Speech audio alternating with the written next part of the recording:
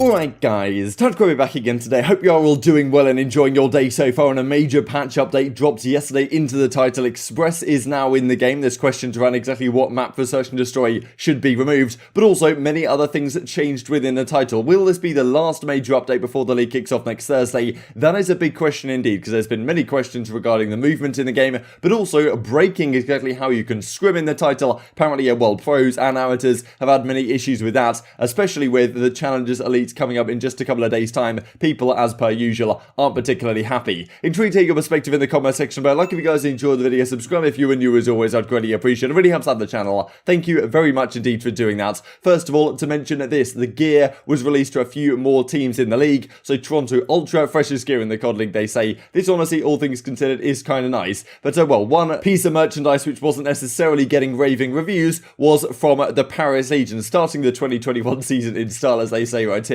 And yeah, the replies to this weren't exactly great. Effectively just looks like they've, well, taken a brush and slapped a bit of paint on the middle of this jersey right here. And well, this is what they're going with. The replies weren't exactly, well, in the favour of the Paris Legion. They've got the home and the away jerseys you can see on, well, either side of this image right here. And, you know, at the end of the day, at least the teams have done something relatively unique, I suppose, for some of these. I'm not saying the Paris Legion falls into this category, but at least, well, some of these jerseys are a bit more unique than last year. Then again, though, some people are even saying, like, last year, yes, the CDL did just copy and paste everything onto the same designs, but well, they were pretty consistent and they were kind of nice from a certain perspective. So last year everything was the same with, well, different colours, different logos, well, different team names. This year they've actually had some originality, but whether the teams have actually used that to great effect is an interesting question. And well, one thing I do want to mention actually, so Atlanta FaZe have this kind of black and red one going on right here. Seattle Surge I actually thought did a really great job. I think both of the teams that are kind of like water based or whatever, the Mutineers and the Seattle Surge, actually have quite nice designs, all things considered. So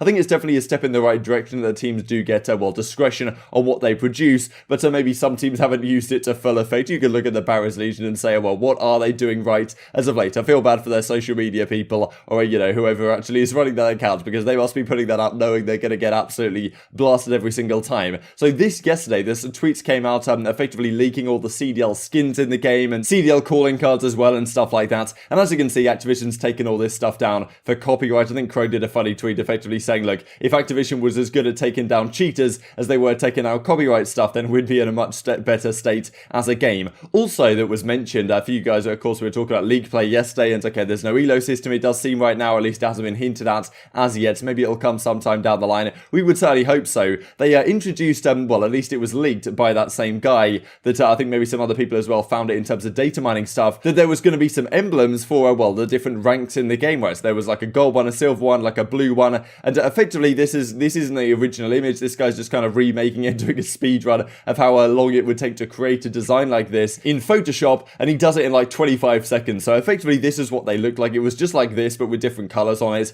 I don't know if that'll be the entire thing. It's just some files they found in the game, so maybe that's not actually what they're going to be using. But yeah, hopefully we get something a little bit more special than just kind of a grey looking banner right here for grinding through the league play divisions. So of course, Express in the title right now. Big question mark as to whether when the CDL rule set gets updated, we imagine before the league starts next week, which map gets replaced. Because Garrison, Miami and Checkmate all do not, well, they have their fair share of haters, let's just say. Raid I think is perfectly fine. Miami, honestly, the visibility isn't great, but I think there is some things you could do with it. I actually don't mind that map at all. For Search and Destroy, I'd be quite happy for that to stay. I think that in 4 versus 4 pro matches competitive, Garrison is the one that just plays horribly. At least Checkmate has kind of 3 lanes. It's kind of a weird map, but at least it has kind of 3 lanes. Garrison is just 2 lanes. Only one of the bomb sites is accessible. It's honestly, it's a bit of a nightmare to play. And defense won like 80-90% of the rounds that were played on that map last time we saw it at the Pro League kickoff, right? So I do think Garrison is probably the map to go,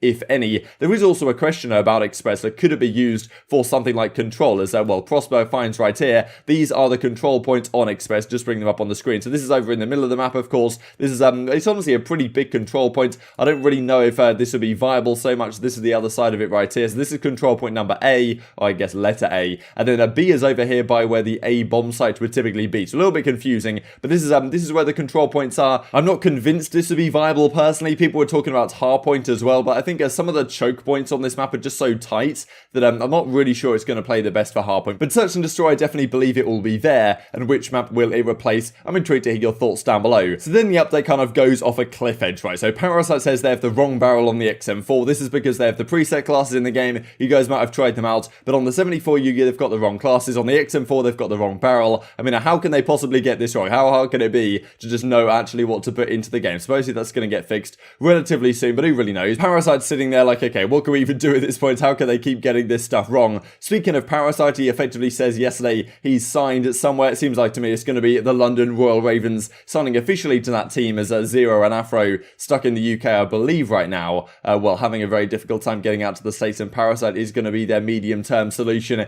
it does seem, for the time being, and we talked about that a few days ago. This is then where things get very frustrating for a lot of the amateurs and also the pros. As EasyMax says, amateurs have the biggest qualifier in 2 days' time and the movement has just changed. We looked at that yesterday. If you're jumping around the map, especially with assault rifles and stuff, you just get completely stuck in the mud. As Arcitys and Simp say, look, they're pretty frustrated the fact that all these amateurs have so many tourneys already and they've barely played anything this entire season long run. But thankfully, we are a week away from everything kicking off for real. As Mork says, please, please, please change the jumping back at Treyarch. Adapt and get left, or adapt or get left behind, says the one and only, the chosen one, Adam Killer Sloss. But yeah, there's also some frustrations elsewhere in the game, because as Kismet says, he's trying to practice, right? So you've got this amateur qualifier for the Elite Series coming up this weekend. Just to explain that real quick, we've got the Pro League, right? 12 teams in the Pro League. Alongside the Pro League, there's going to be the Challengers Elite. The best 8 teams in the North American and the European region. They're going to have their own like Challengers format type thing going on. Effectively, they're playing in a league type structure alongside the Pro League, and then the top 4 teams out of those 8 teams get to stay. The bottom 4 then go down to elimination, and to decide the initial 8 teams that are going to be in those brackets, there's a 32 team Elite qualifier coming up this weekend. That of course is a massive deal. If you qualify, that's a big deal for money, for reputation, all this type of stuff. That's where the attention of the Pro League teams, coaches and analysts is going to be on, is that Challengers Elite. You got to get in there if you really want to compete.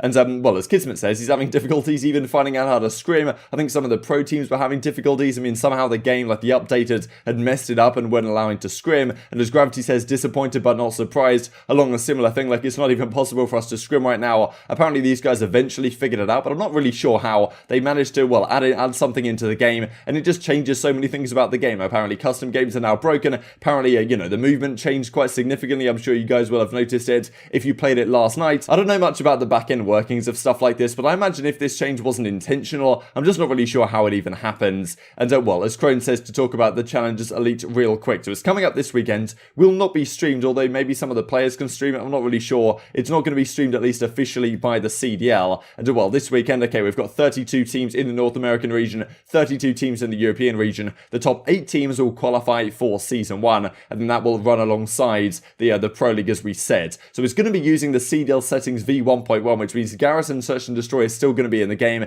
Express isn't coming in quite yet for the Elite qualifiers, but yeah, certainly some issues for the pros and the amateurs. The fact that things seem to have changed quite significantly just before, of course, the league does launch. And this hasn't been as bad as we've seen in previous titles. Like you guys might remember, a few years ago, we would always tend to see that just before an event happened, there were some major changes to the title. That okay, they completely changed the landscape of the event that was coming up, and pros had to adapt very much on the fly. Probably the single esport where you have to adapt the most is Call of Duty. But yeah, amateur players will certainly have to be doing so this weekend, and we're only a week away from Call of Duty Pro League beginning as well. And there's also questions about, okay, we've got to have a new competitive settings. You would imagine if they're bringing in Express Search and Destroy for one of the maps, if they decide to get rid of Garrison or something like that. There's also question marks about whether they go and revert the movement to how it was before. I'd imagine we play for a week on this one, just when the Pro League begins, then we revert the movement and have a completely different, well, not necessarily completely different, but yeah, something that the pros have to adapt and deal with once again. I wouldn't be surprised. You guys might remember, I think it was back in Infinite Warfare, one of the early events, there was a mid-event update. It was on like the Saturday night or the Friday night of the event, and they changed some of the uplink portal locations. So people were like doing their 1-point throws or whatever in uplink, if you guys remember that game mode, and they were wondering on the Saturday morning, why weren't they hitting right? Like, I'm meant to be hitting these 1-point throws, like I'm lining it up perfectly, I can't seem to hit it. And it was because they'd done an update overnight, which changed some of the locations of the portals. It's like, come on, we've got to get past this. And well, hopefully that is going to be the case from now on. But still, there's certainly some changes here which are far from ideal. Just a couple of interesting things to finish off the video. This comes out from ILLey. Black Ops 1 menu music is back. So I'm not sure if you're able to like turn this on somewhere in the settings. Silly was talking about it as well. As ILLey said, like, I got Black Ops 1, I think I was 11.